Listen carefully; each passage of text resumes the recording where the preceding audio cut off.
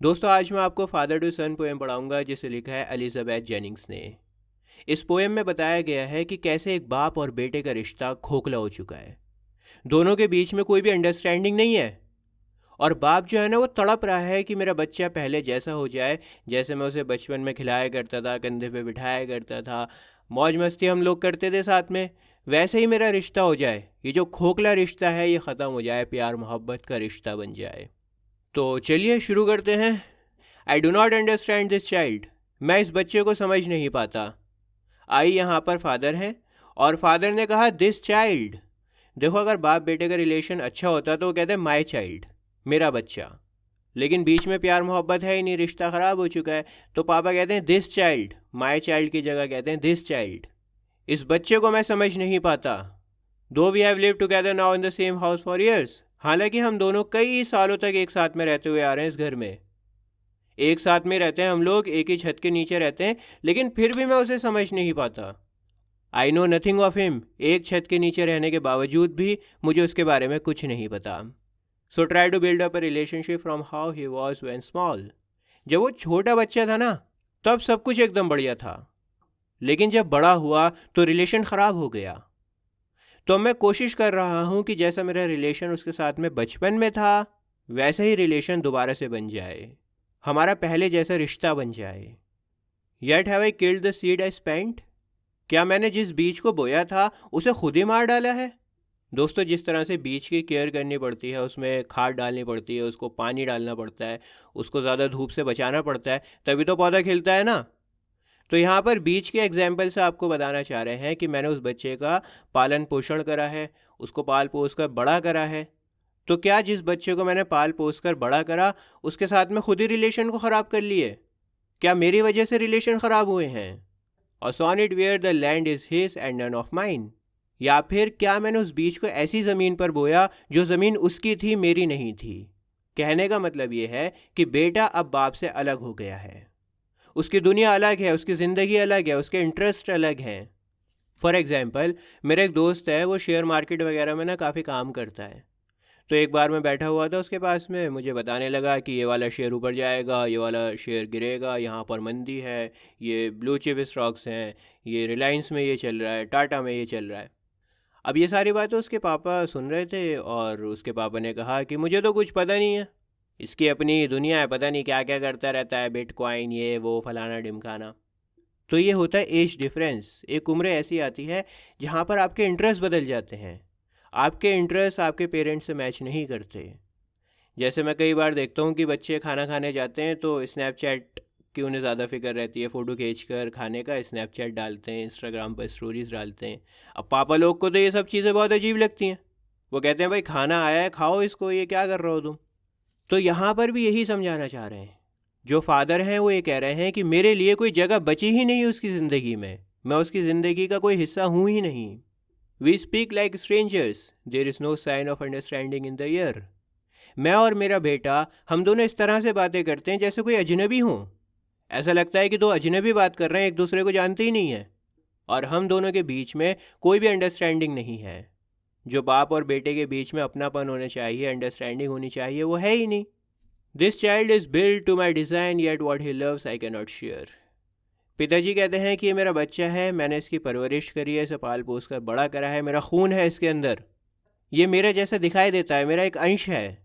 लेकिन फिर भी इसके क्या इंटरेस्ट हैं, इसकी क्या पसंद है, मैं नहीं जानता। यहाँ पर अंकल को भी ये शिकायत है कि मैं इसका बाप हूँ, लेकिन फिर भी मुझे नहीं पता कि इसको क्या पसंद है। साइलेंस सराउंड्स अस। और जब हम साथ में होते हैं ना, तो हम दोनों के बीच में चुप्पी छाई रहती है, एक दूसरे से हम लोग बात ही नहीं करते। I would have him prodigal returning to his father's house, the home he knew, rather than see him make and move this world. I would forgive him too, shaping from sorrow a new love.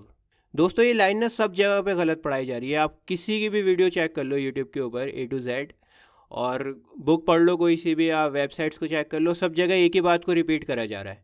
किसी teacher ने ऐसा बता दिया होगा, उसको सब follow करे जा रहे हैं। और किसी ने भी थोड़ी सी मेहनत नहीं करी। अगर थोड़ी सी मेहनत करते तो समझ में आता है कि यहाँ पर कहना क्या चाह रहे हैं।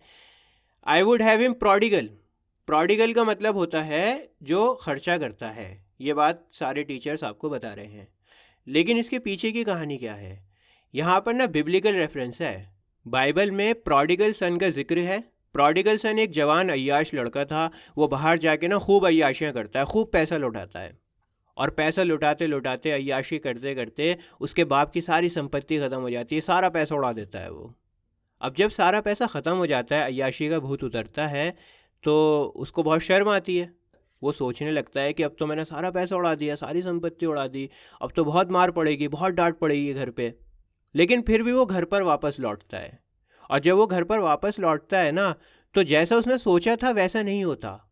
उसके पापा बहुत खुश होते हैं, दोनों बाहें फैलाकर उसका स्वागत करते हैं, वेलकम करते हैं, और गले से लगा लेते हैं, उसको माफ़ कर देते हैं। तो उसके फादर गुस्सा होने के बजाय बहुत खुश होते हैं। बात आ गई आपके समझ में? तो यहाँ उस प्रोडिगल सन का रेफरेंस दिया गया है। इसका मतलब ये बिल्कुल नहीं है कि बाप कह रहा है कि तुम बहुत खर्चीले बन जाओ और तुम घर पर आ जाओ और मैं तुम्हारा सारा खर्चा उठाऊंगा, ये मतलब नहीं है इसका। खैर, तो फादर कहते हैं कि वो वापस अपने बाप के घर पर आ जाए प्रोडिगल बन के। जिस तरह से प्रोडिगल सन वापस लौट कर आया था अपने घर पर, भूला बिसरा लौट कर बुद्धू घर पर आए, बिल्कुल वैसे ही वो चाह रहे हैं कि उनका बेटा वापस लौट कर आ जाए। देखो, बेटा घर से बाहर नहीं गया, लेकिन प्रोडिगल सन को क्या था कि एक समझ आ गई थी कि हाँ मैंने गलत करा है, शर्मिंदगी हुई थी उसको। सेम बात वो यहाँ पे चाह रहे हैं कि उसके बेटे को रियलाइजेशन हो, वो वापस घर पर आए, मतलब उसको रियलाइज़ हो और वो वापस पलट कर आ जाए और मैं उसका स्वागत करूँ। जिस तरह से प्रोडिगल सन का उसके बाप ने स्वागत करा था, वैसे मैं उसको गले लगाऊं। देखो नीचे लिखा हुआ भी है, I would forgive him too, मैं भी उसे माफ़ कर दूंगा। प्रोडिगल सन को उसके बाप ने माफ़ करा था ना, तो मैं भी अपने बेटे को माफ़ कर दूंगा। Rather than see him make and move his world, अब बजाय इसके कि वो कहीं और जाए, इधर उधर भटके, अलग जगह के ऊपर अपना घर बनाए, मैं नहीं चाहता कि वो इस दुनिया में भटके। मैं नहीं चाहता कि वो अपना अलग घर बनाए। मैं चाहता हूँ कि वो अपने पापा के पास में घर पर वापस आ जाए। ओ नादान परिंदे घर आजा, घर आजा, घर आजा। Shaping from sorrow a new love. और मैं हमारे रिलेशनशिप को दोबारा से रिशेप करूँगा। जो दुख हैं, तकलीफ़ें हैं, उन्हें रिप्लेस कर दिया जाएगा प्यार से, मोहब्बत से। Father and son, we both must live on the same globe and the same land. अब चाहे हमारे कितने ही रिलेशन ख़राब क्यों ना हो, कितना ही खोखलापन क्यों ना हो, लेकिन आखिर में हूँ तो उसका बाप ही। खून का रिश्ता है हमारा, बाप हूँ उसका। हम बाप बेटे हैं और हमें एक साथ में रहना चाहिए। इस दुनिया में, इस ज़मीन पर एक साथ रहना चाहिए। घुमा फिरा कर कहने का मतलब ये है कि हमारी अंडरस्टैंडिंग बहुत अच्छी होनी चाहिए। हम दोनों को साथ साथ में रहना चाहिए, घुल मिल कर रहना चाहिए। He speaks, I can not understand my self. दोस्तों, आखिर में बेटा बोल रहा है। बेटा कहता है कि मैं खुद को भी नहीं समझ सकता हूँ। अपने पापा से ये कहता है कि आप शिकायत कर रहे हो ना कि मेरे बारे में कुछ नहीं जानते। अरे मैं खुद नहीं जानता हूँ अपने बारे में। इतनी उलझनें हैं ज़िंदगी में। और यहाँ पर बहुत सारे बच्चे रिलेट कर पा रहे होंगे। बहुत सारी टेंशन्स रहती हैं, स्ट्रेस रहते हैं, अपनी अपनी परेशानियाँ रहती हैं। अभी तो खैर आप बच्चे हो, जैसे जैसे ज़िंदगी में आगे बढ़ोगे ना, आपके समझ में आएगा। आप डिस्कस नहीं करना चाहोगे अपने फादर से, अपने तक रखना चाहोगे चीज़ों को। और वो फेज़ ऐसा होता है कि हमें अपनी खुद की उलझनें समझ में नहीं आती। हमारे खुद समझ में नहीं आता है कि हम क्यों गुस्सा कर रहे हैं, हम क्यों परेशान हैं। एक अजीब सा फेज़ होता है, वो सबकी ज़िंदगी में आता है इस दौर में। और उस फेज़ में हमारे खुद समझ में नहीं आता कि क्या चल रहा है। तो जब हमारे समझ में नहीं आ रही चीज़ें, हम खुद को ही नहीं समझ पा रहे, तो कह रहा है कि आप क्या ही समझ पाओगे, अपने फादर से कह रहा है। Why anger grows from grief. और पप्पा, मैं इतना दुखी हूँ ना, इतनी तकलीफ़ है ना मेरे अंदर, कि वो तकलीफ़ गुस्सा बनकर बाहर आती है। मैं तकलीफ़ में हूँ, परेशानी में हूँ, इसी वजह से गुस्सा करता हूँ। We each put out an empty hand. बेटा कहता है कि हम दोनों खाली हाथ एक दूसरे की तरफ बढ़ा रहे हैं। दोस्तों, यहाँ पर कहने का मतलब ये है बच्चे का कि हम एक दूसरे की तरफ हाथ तो बढ़ा रहे हैं, पहल तो कर रहे हैं, लेकिन अंदर से ना एक खोखलापन है, अंडरस्टैंडिंग नहीं है, डीप कनेक्शन नहीं है। हमारे पास में कुछ भी रियल नहीं है, हम बस गेस्चर को ऑफर कर रहे हैं, फॉर्मेलिटी को निभा रहे हैं। हमारा रिश्ता खोखला है। Looking for something to forgive.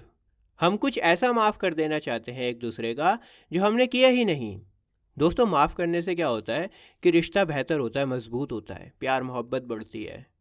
तो हम चाहते हैं कि एक दूसरे को माफ़ कर दें, हमारा रिश्ता बेहतर हो जाए, प्यार मोहब्बत बढ़ जाए हमारे अंदर। लेकिन पैराडॉक्स ये है कि हमने कुछ ऐसा किया ही नहीं है जिसके लिए एक दूसरे को माफ़ करें। हमारा जो रिलेशन है ना वो लैक ऑफ अंडरस्टैंडिंग की वजह से बिगड़ा है, वो एज डिफरेंस की वजह से बिगड़ा है, वो साइलेंस की वजह से बिगड़ा है। तो अब माफ़ करें तो करें क्या? माफ़ करने के लिए तो कुछ भी नहीं है। तो दोस्तों आखिर में बच्चा ये बता रहा है अपने पापा को कि हमारा रिश्ता कितना खोखला हो चुका है और इसमें किसी की भी कोई गलती नहीं है। अगर आपको सीबीएसई क्लास 11th के बाकी सारे चैप्टर्स को पढ़ना है मुझसे, तो अभी आपकी स्क्रीन के ऊपर जो प्लेलिस्ट आ रही है इसके ऊपर आप क्लिक करो, आपको सारे चैप्टर्स मिल जाएंगे बहुत ही आसान लैंग्वेज में। मिलता हूँ आपसे किसी और वीडियो में। जय हिंद।